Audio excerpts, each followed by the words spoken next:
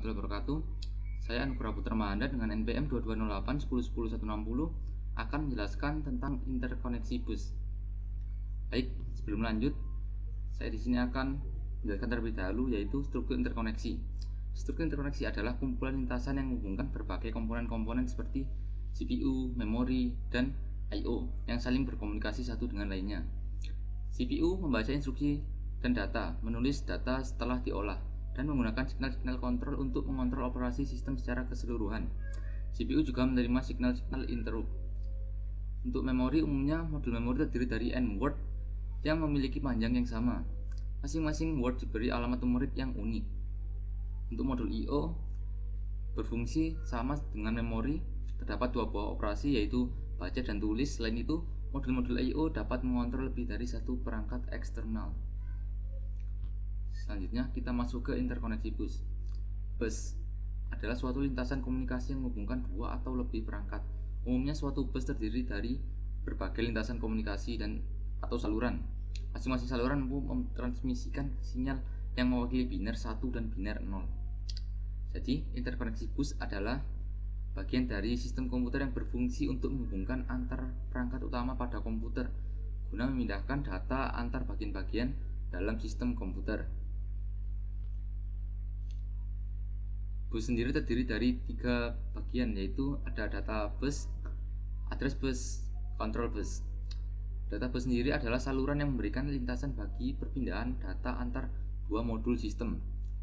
Untuk address bus digunakan untuk menandakan sumber atau tujuan data pada bus data. Misalnya CPU akan membaca sebuah word data dari memori, maka CPU akan menaruh alamat word yang dimaksud atau kita masukkan pada saluran alamat.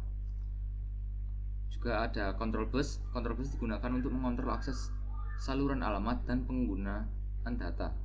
Saluran alamat dan data digunakan bersama oleh seluruh komponen. Nah, data bus sendiri memiliki fungsi sebagai jalur untuk memindah data antar modul sistem, baik dari CPU ke memori, CPU ke modul I/O, ataupun sebaliknya dari memori ke CPU, dari I/O ke CPU. Selanjutnya memiliki 32, 64, 128 atau lebih jalur yang terpisah.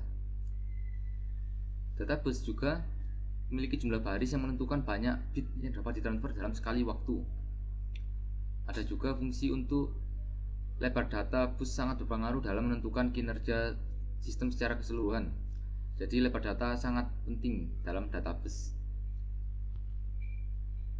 Selanjutnya ada address bus, berfungsi untuk menentukan sumber atau tujuan dari pada data bus. Jadi untuk menentukan alamat data bus itu sendiri. Juga dapat menentukan kapasitas memori yang dibaca oleh sistem. Kalau alamatnya misal 8 bit, berarti kapasitas memori yang dibutuhkan adalah 2/8. Misalnya alamat address bus yang dibutuhkan adalah 64 bit, berarti kapasitas memori yang dibutuhkan adalah 2/64. Begitu sampai tergantung alamat yang dibutuhkan. Address bus juga berfungsi sebagai alamat dari port I/O. Selanjutnya control bus. Control bus digunakan sebagai pengatur akses dan penggunaan dari data lanes dan address lines. Control bus juga digunakan untuk mentransmisikan pengaturan dan juga perintah. Nah, perintahnya antara lain ada memory read yang menyebabkan data pada bus akan ditulis ke dalam lokasi alamat memori. Ada memory read menyebabkan data dari alamat lokasi yang ditempatkan pada bus. Ada I/O read yaitu menyebabkan data pada bus menjadi output ke alamat port I/O. I/O read menyebabkan data dari port I/O yang beralamat ditempatkan pada bus. Ada juga transfer acknowledge yaitu untuk menunjukkan bahwa data telah diterima dari bus atau telah ditempatkan pada bus. Ada juga bus request yang menunjukkan bahwa suatu modul perlu mengambil kontrol dari bus. Bus grant yang digunakan untuk menunjukkan bahwa modul melakukan permintaan telah mendapatkan kontrol atas bus. Interrupt request menunjukkan bahwa suatu interupsi sedang ditangguhkan atau sedang mengantri. Nah, interrupt acknowledge memberitahukan bahwa interupsi yang ditangguhkan telah diketahui. Ada clock juga yang digunakan untuk mensinkronkan operasi-operasi, dan ada reset yang digunakan untuk menginisialisasi semua modul. Nah, kita masuk ke jenis-jenis bus. Ada dedicated dan juga multiplexed. Untuk dedicated sendiri penggunaan lama terpisah dan jalur data, jadi satu jalur hanya untuk satu fungsi. Keuntungannya yaitu throughput yang tinggi karena kemacetan lalu lintas yang kecil, kerugiannya meningkatnya ukuran dan biaya sistem karena ya satu jalur untuk satu fungsi. Yang kedua ada multiplex, penggunaan saluran yang sama untuk berbagai keperluan atau satu jalur untuk berbagai fungsi. Keuntungannya memerlukan biaya yang sedikit, menghemat ruang dan biaya. Kerugiannya diperlukan rangkaian lebih kompleks untuk setiap modul karena satu jalur untuk berbagai fungsi, jadi agak lebih rumit atau kompleks.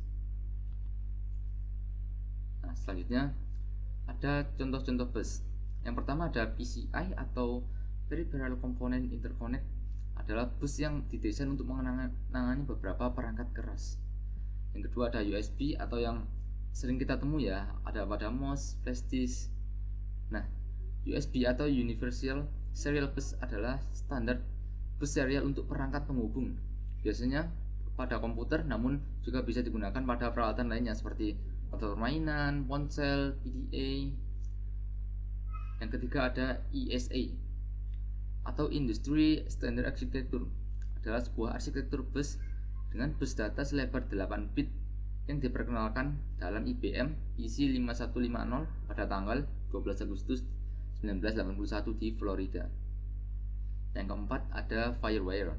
Firewire diklaim sebagai saluran pengantar data yang paling cepat dan paling stabil di antara saluran yang lain seperti USB. Nah, mungkin itu saja penjelasan dari saya, kurang lebihnya mohon maaf. Wassalamualaikum warahmatullahi wabarakatuh.